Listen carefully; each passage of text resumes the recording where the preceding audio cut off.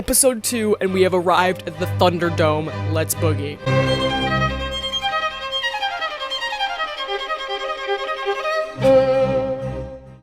Welcome back, ladies, gentlemen, and most importantly, everyone in between and outside, to our Histor-Tea. Today we are talking about the Mona Lisa. As I said, this is my Thunderdome, so I have researched this quite thoroughly. However, disclaimer, I did use Wikipedia for a lot of this. I confirmed a majority of the facts with academic articles or these books right here. Because the Mona Lisa is so popular and so well known, the Wikipedia page is really accurate. I found very little things that had to be corrected or really needed further research. Please do not cite this or your professors will hunt me down and slapbox me in my driveway. So, what inspired this video?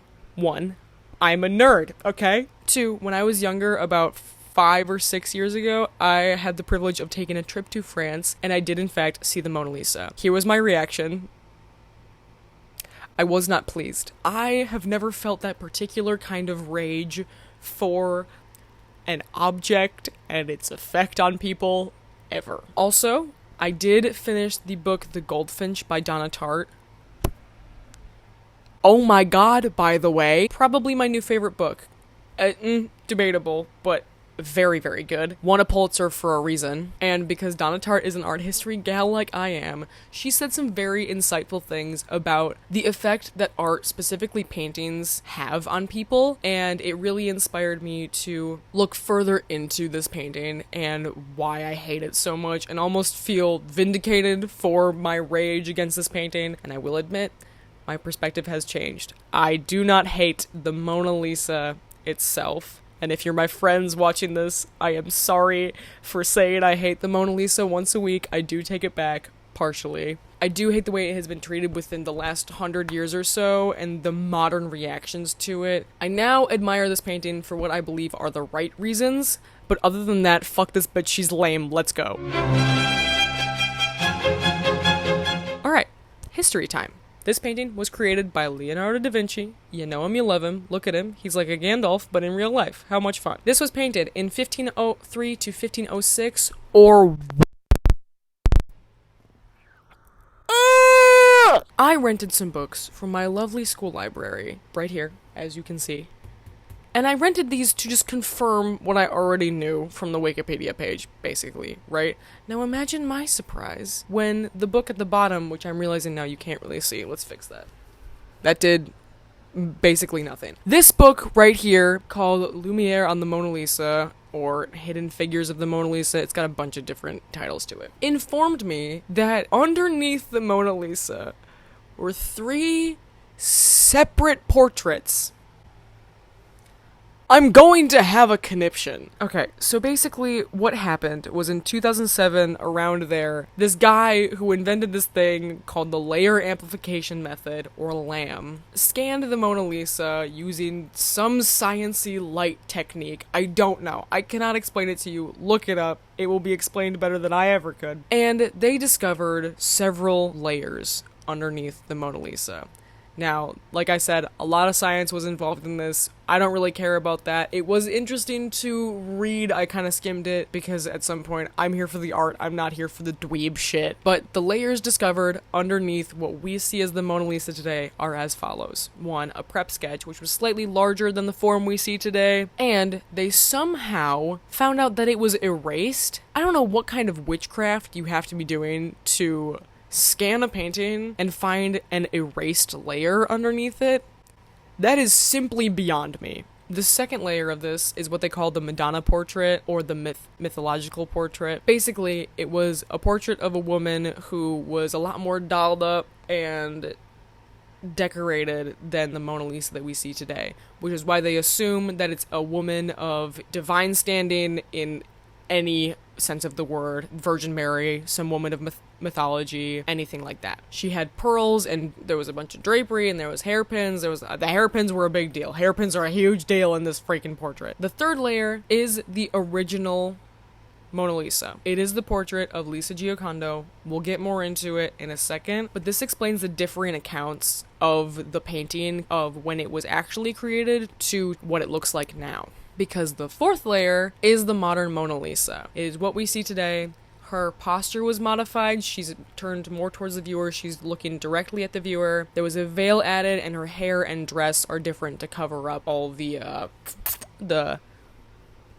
serving on the other one. Let's talk about the third layer, or the original Mona Lisa. It was commissioned by the Giocondo family, most likely by her husband, although there seemed to be some tea at the beginning of the layer amplification method book that she was maybe cheating on her husband with a Medici? Lisa! Oh my god, get that bag, girl. So that might have been commissioned by a Medici. Unclear on what was going on with that. I really couldn't find any other evidence on that drama, and I honestly didn't look that far into it because I knew it was going to take me about 5 extra days. So I just kind of ignored that, but I would like to throw that in there. She might have cheated on her husband with a Medici. Oh my god. So this portrait was either to celebrate her, look at this lady. She's rich and important. Let's give her a portrait. Or it was to celebrate the birth of one of their sons, hence the hand placement over the womb. It was also, before the lamb scans, thought to be a marriage portrait because she was looking directly at the viewer, and that's a thing that is exclusively saved for marriage portraits around and in the Renaissance era. Women only ever looked directly at the viewer when it was intended for the husband, so in a marriage portrait. If it was a marriage portrait, there would have also been a portrait done of her husband, which is why, now knowing that the gaze was changed afterward, likely not a marriage portrait. Either way, it was meant to be in the family home, but Da Vinci wasn't very good at finishing projects, so cowabummer for the Giocondos, they never got this portrait. Again, before these lamb scans, it was assumed that he kind of dinked around on this canvas after the Giocondos were like, dude, you're taking too long, we don't care anymore. Obviously that's been confirmed now, and has changed the possible purpose of this portrait. After Leonardo's death in 1519, King Francis I of France, say that 10 times fast, he had that painting for a little while, but then, what's that? People are eating cake, and heads are rolling on the ground. Could it be the French Revolution? Yeah. And then, like most things, Napoleon had it for a little bit. After that, the Louvre, that big triangle in France, has had it since about 1797. It's gone on tour a couple of times, and then no one fucking cared about this painting. Is my Maddie home? My roommate and her boyfriend came home. Hi, Maddie and Tim, if you're watching this. Love you guys. Sorry for what you're about to hear. Alright. No one gave a single shit about this painting until August 21st, 1911, because some fucking guy named Vincenzo Perugia, and if I pronounced that wrong, I could not care less, because he is the reason for all my suffering. Vincenzo, when I see you in hell, it is on sight, and I don't play nice, I bite. He stole the Mona Lisa because he hates me personally, and suddenly, we've lost a great relic of our time. No one cared about it until then, okay? It was a Da Vinci work, so it was cool. He had way cooler works, though. It was recovered in 1913, the same year that a different Mona Lisa was discovered. Because, to be honest, this painting was quite revolutionary in the realm of portraiture. A lot of Leonardo's students did replicate this work. So there were a couple other Mona Lisas floating around, including this one, which is the most famous one, but there's about 4 made at the same time, and then obviously hundreds after. This style of portrait became really popular, and because of that, there were a lot of inspiration works done as well. I know Raphael was really influenced by this. There's a lot of homages to this portrait in his works, and a lot of other Florentine artists would create works similar or inspired by this painting. It's like the Renaissance portrait, right? Da Vinci's the Renaissance man, he made the Renaissance portrait. But why has it stuck around besides the fact that it was stolen? Because the portrait was altered after the written accounts of it at the time were made, there has been a lot of speculation as to who exactly this person is. We do know the original portrait was Lisa Giocondo. As to who it was meant to be afterward, unsure. There's a good chance that it was just an experimentation canvas and it wasn't really meant to represent anyone. People who it has been compared to, once again, before and maybe after the lamb scans, are Isabella d'Este, who was a friend of Leonardo's and wanted her portrait done. And this is the only one that makes sense other than the person who we know that it is, Lisa del Giocondo. But there were also other theories. There's like, oh, she could be a duchess, she could be some other prominent women with complicated Italian names. And then there was also a theory that it was like Leonardo in drag. Don't piss me off, okay? Don't. Anyone who thinks their noses match, I actually have personal beef with you and your retinas. Also, just a side note, we always knew that this was Leonardo's, like, dick around canvas, right? He did just paint women like that. Exhibit A right here. Also, just to debunk any of those theories further, it was very common for women, especially of higher standing, to get themselves painted in a more flattering light,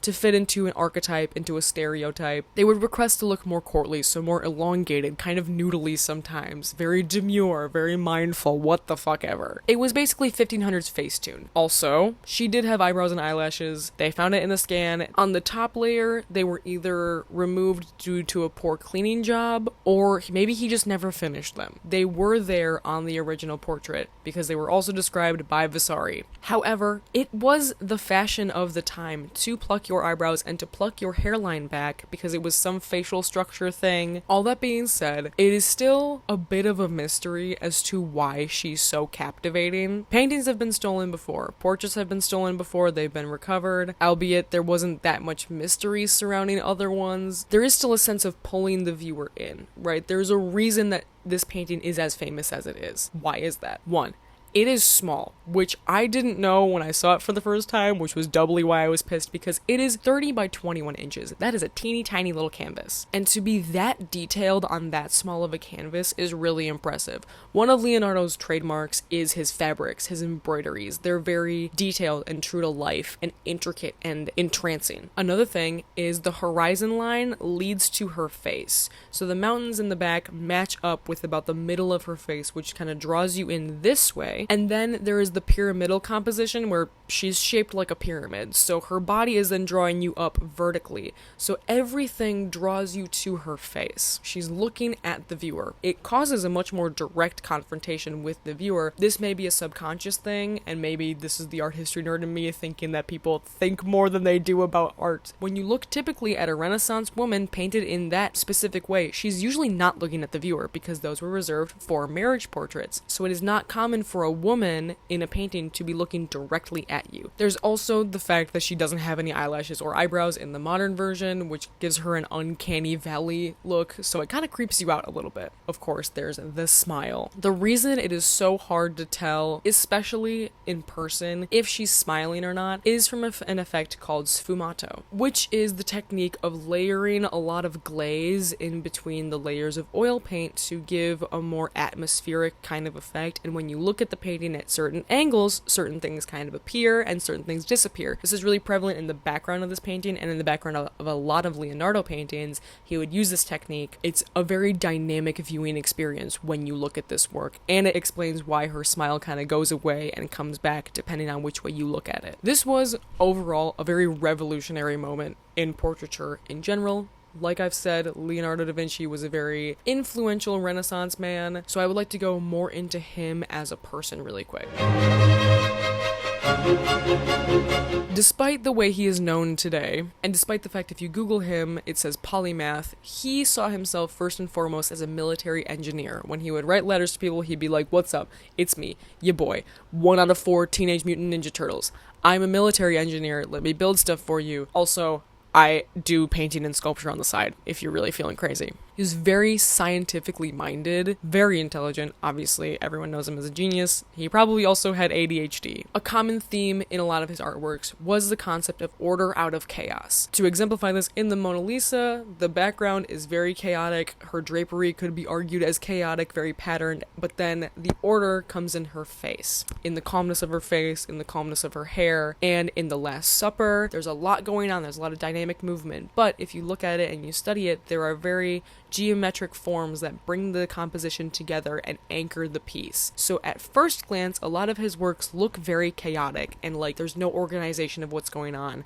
But the reason that they are so captivating and they've stuck around so long is there is a lot of order and organization in their geometries and in their layouts. He also had a lot of focus on what is called empiricism, aka experience from observation. In the art history world, the term realism is a whole other thing. If we're using normal person language here, they're very realistic. His art was ridiculously accurate. All of the plants in his works were botanically accurate, and he was very, very good at looking at something and just putting it onto the canvas. As far as his personal history, he was the bastard child, oh my god, T, of a notary and a lower class woman. So he was basically raised by his grandpa because scandal. He was also left-handed, which meant that he was the devil, so the fact that he made it this far was very good. I also saw a little bit of a documentary that mentioned he was ambidextrous, so he would paint with his left hand and write with his right, or other way around.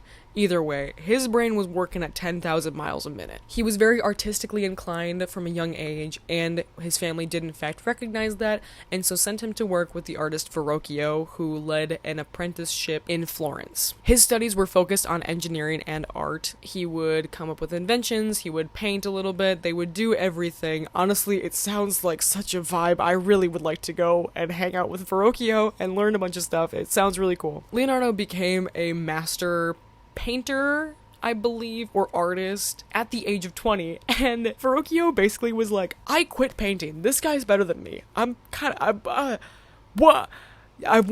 won. It wasn't a competition, but he won. Another thing, our boy did in fact get accused of treason and sodomy, okay? Don't we all? So, as far as his 20s upwards, he leaves Florence, he goes north to Milan, he works with the Duke as a military engineer. He then returns to Florence in 1503, which is when it was assumed that the Mona Lisa was painted.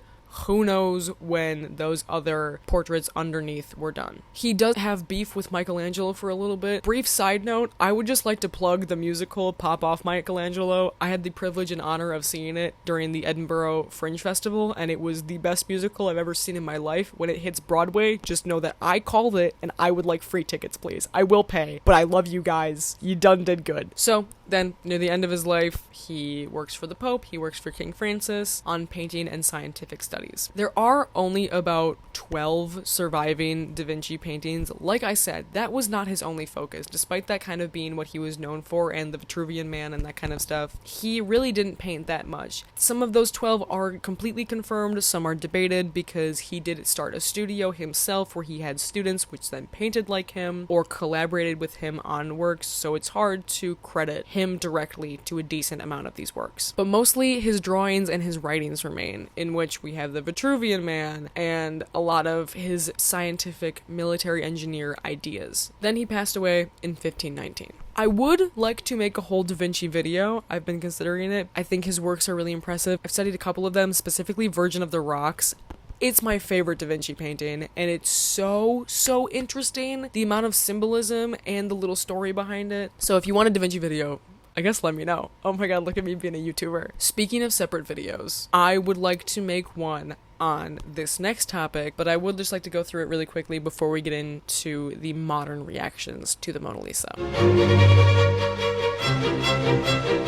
Welcome to the works in the same room as the Mona Lisa. As of today, 2024, I believe that different paintings used to be in the same room. I found differing lists. I'm pretty sure that it has also changed since I was in there. I want to go through these paintings because I remember when I went to the Louvre, first of all, so incredible. Oh my god, I literally have two artworks from the Louvre tattooed on my body. It was one of the coolest experiences of my life. And walking in to the Mona Lisa room, I honestly assumed that the Mona Lisa was going to be in its own separate room. We'll get to that. But walking into that room and seeing that there were upwards of 10 other paintings in the same room was such a disservice to those works. And I distinctly remember looking at the Mona Lisa and had turned around and saw the biggest painting I've ever seen in my entire life, and it was so incredible.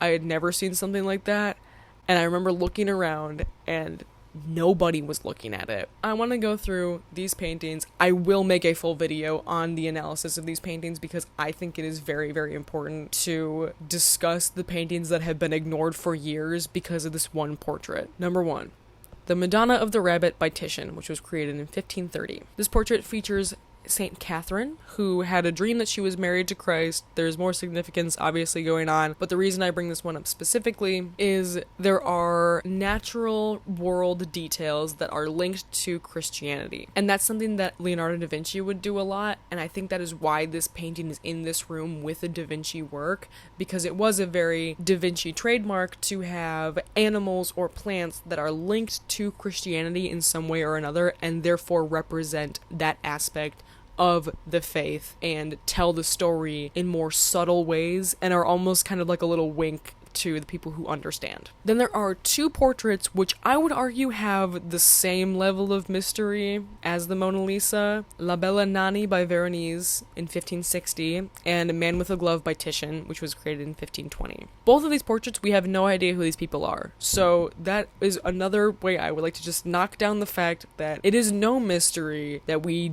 don't know who the Mona Lisa is. That should have never been an overhyped mystery in the first place. That's very common because people would just get their portraits done, have it in their family home, and then it gets passed down through hundreds of years and you kind of lose who that actually is. I also really like both of these works because there are very separate psychologies. Something that I don't love about the Mona Lisa is her psychology has been amplified in a way that just feels silly. There doesn't seem to be too much going on behind the eyes.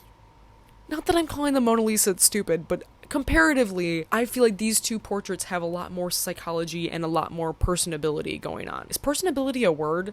You know what I mean. Some other notable mentions that I just want to put up on screen here, just to have them be looked at in a different context. I wasn't able to find anything super interesting about them on my very quick research. Like I said, video coming in the future. We have Jupiter Hurling Thunderbolts at the Vices by Veronese, created in 1556. Woman with a Mirror by Titian, which was created in 1512 to 1515. The Crucifixion by Veronese, which was created in 1580. Supper at Emmaus, I think is how you pronounce it, by Veronese in 1559 to 1560. And then The Coronation of the Virgin by Tintoretto, which was created in 1580. And the painting that I was discussing earlier, the largest painting that I've ever seen in my life, is The Wedding Feast at Cana by Veronese, which was created in 1562 to 63. And I did, in fact, find out that it is the largest painting in the Louvre.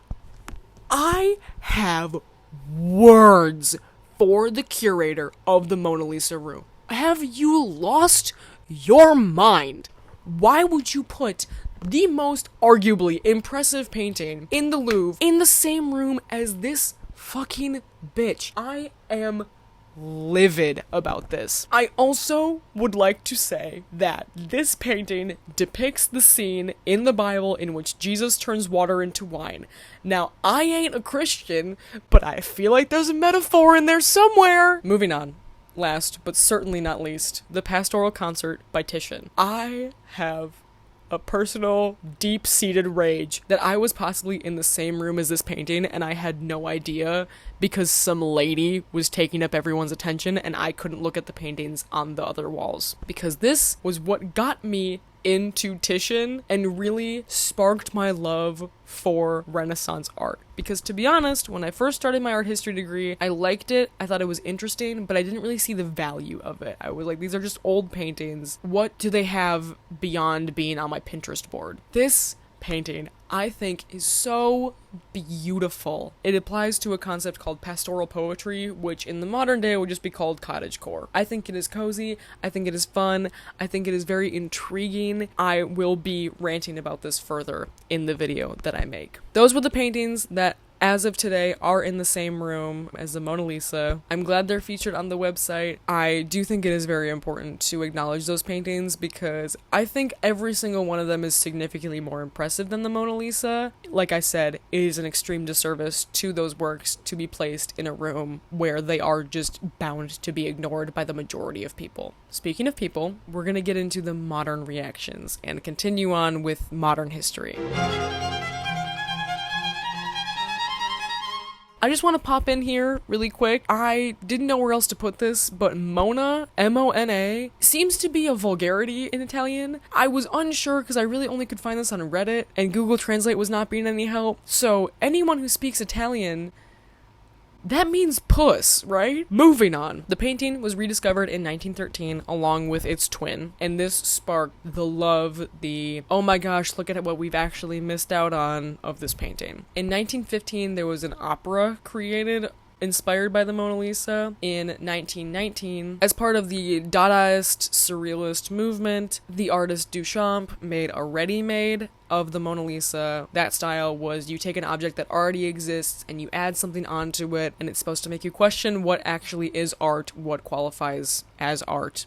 Commentary kind of thing. He added a mustache onto the Mona Lisa, and underneath wrote the letters LHOOQ, which, if pronounced in French, which I'm not going to try to do, I have already tried, it was a little bit too humiliating to put on the internet. When read out in French, those letters translate to, she has a hot ass. So, real mature and highbrow jokes coming from our artists in the early 1900s. In 1931 and 1932, 2 films were created around the theft and recovery of the Mona Lisa. In 1950, Nat King Cole releases the song Mona Lisa. In 1956 marks the beginning of people being just fucking weird about this painting, okay? In that year, someone threw a rock through the protective glass and damaged a part of it. It was fine. It was like a little paint chip. And the same year, someone tried to take a razor blade to it. I don't know if that means they were trying to cut it out or if they were trying to cut it. Unclear, but razor blades were involved, and so it was put behind more protective glass. In 1963, Andy Warhol created the color Mona Lisa print. I am so aggressively neutral on Andy Warhol, I don't have time right now. Just know this existed in 1963. In 1974, when the painting was on tour in Tokyo, a woman advocating for disability access in that particular exhibition space tried to spray paint the Mona Lisa red. Only a couple flecks of paint got on it. It was totally fine. In 2009, a woman threw a teacup at it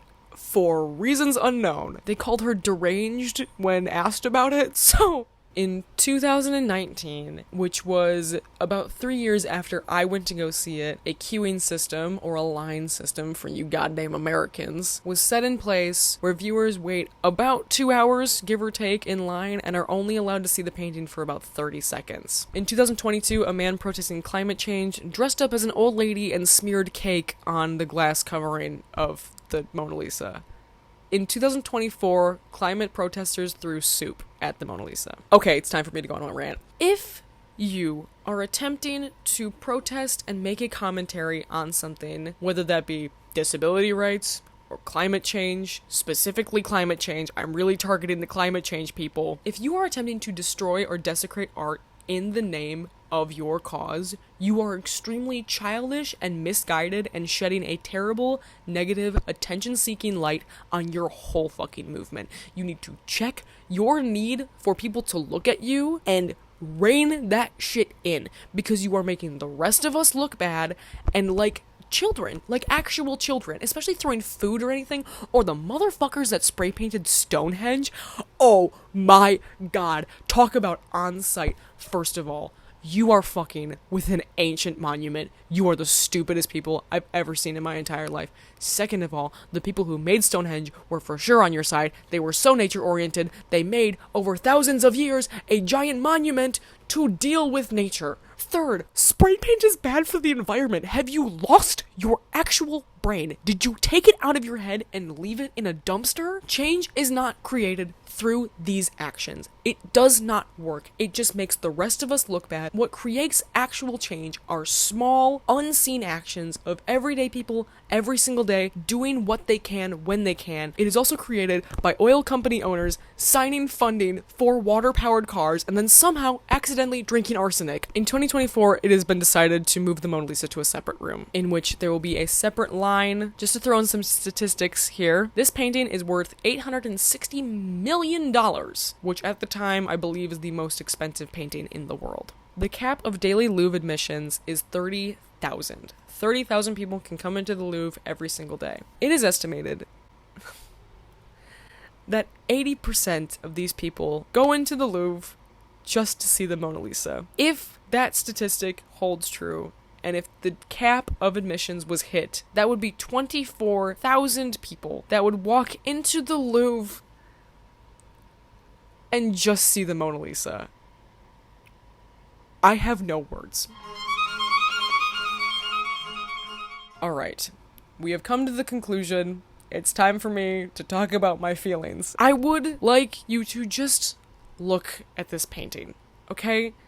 Don't try to find her eyebrows, don't try to find her smile, don't see her as this icon which you see printed out everywhere and which is part of pop culture discussions. Just look at it like an actual painting. It's beautiful, right? It's a very good painting. It is simple, but it is captivating in some ways that escape words. However, I do not think that it should be as famous as it is, clearly. Try to look me dead in the face and tell me that a painting like this should be the most famous one in the world. I believe that researching art is the best way to love it. It's why I'm an art history major. It's why I'm making these videos. I do admire this painting for what I believe are the right reasons, for the technical reasons, for the historical reasons. I do not admire what this painting has done to the works of art surrounding it, to works of art in general, to the baseline of what we see as a great artwork, because now it's popularity that constitutes a great artwork. Going back to the Goldfinch, I will be talking about some of the themes regarding it, but I don't think that I'm really spoiling anything. Please do yourself a favor and go read this book. Donna Tartt talks about the fact that great works of art do not impact everyone the same way, do not impact everyone at all. Some people will look at what is revered as a great work of art and not get it at all. That is me with the Mona Lisa. I don't understand why this is seen as a great artwork. I do a little bit now, but comparatively, I still don't get it. I don't doubt that people do see this as a great work of art and experience this as their favorite painting. As of 2019, and especially as of this year, that experience has been stripped away to a 30-second quick camera shot. And that's not how this painting is supposed to be looked at. It is, by nature, supposed to be studied and supposed to be looked at in person. Because of the sfumato, of this glazing technique where you are supposed to interact with it, it will not have the same effect as a picture you find on Google or a picture that you have on your camera roll. There is no time to contemplate this work. It has just been turned into a tourist attraction in which they are just trying to get tickets as fast as possible and get people in and out as fast as possible. The way that this work has been treated has taken away any possibility of genuine connection with it. It's been put in a place of a great work, and I don't think will ever actually be a favorite work. If you ask someone what their favorite painting is, it is highly unlikely that they will say the Mona Lisa. It is a beautiful work and is extremely significant in art history, but it was never ever supposed to be looked at the way that it is today. It is heartbreaking that the true experience of this painting has been stripped away and is impossible for pretty much everyone, and doubly heartbreaking that this short 30-second experience will be the only moment in one of the most incredible museums in the world, filled with some of the most life-changing works of art that I've ever seen in my life. And I have a very personal connection to the Louvre because, like I said, it is the reason that I am an art history major. It is what inspired me to go into this field because I think that it is so important, and it is such a tragedy that people don't understand how significant and how impactful going through that museum can be. I realize it is a bit of a cop-out to end my video with someone else's conclusion, but Donna Tartt won a Pulitzer and I definitely didn't for this YouTube video, so I would like to read an excerpt from The Goldfinch, which I really feel exemplifies my emotions on this work. That life, whatever else it is short. That fate is cruel, but maybe not random. That nature, meaning death, always wins, but that doesn't mean we have to bow and grovel to it. That maybe even if we're not always so glad to be here, it's our task to immerse ourselves anyway, wade straight through it, right through the cesspool, while keeping eyes and hearts open. And in the midst of our dying, as we rise from the organic and sink back ignominiously into the organic, it is a glory and a privilege to love what death doesn't touch. For if disaster and oblivion have followed this painting down through time, so too has love. Insofar as it is immortal, and it is, I have a small, bright, immutable part in that immortality. It exists, and it keeps on existing.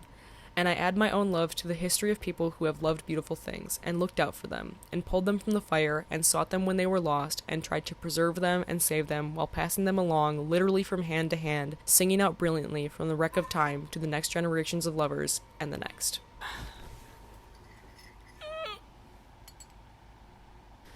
Thank you so much for watching.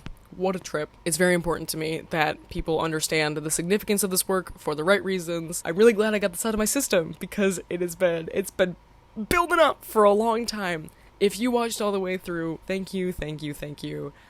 It really means a lot to me. I'm glad you're a nerd like I am. I don't know, if you liked it, if you like it, go ahead and like it. Like, comment, and subscribe. Okay, go away. Bye.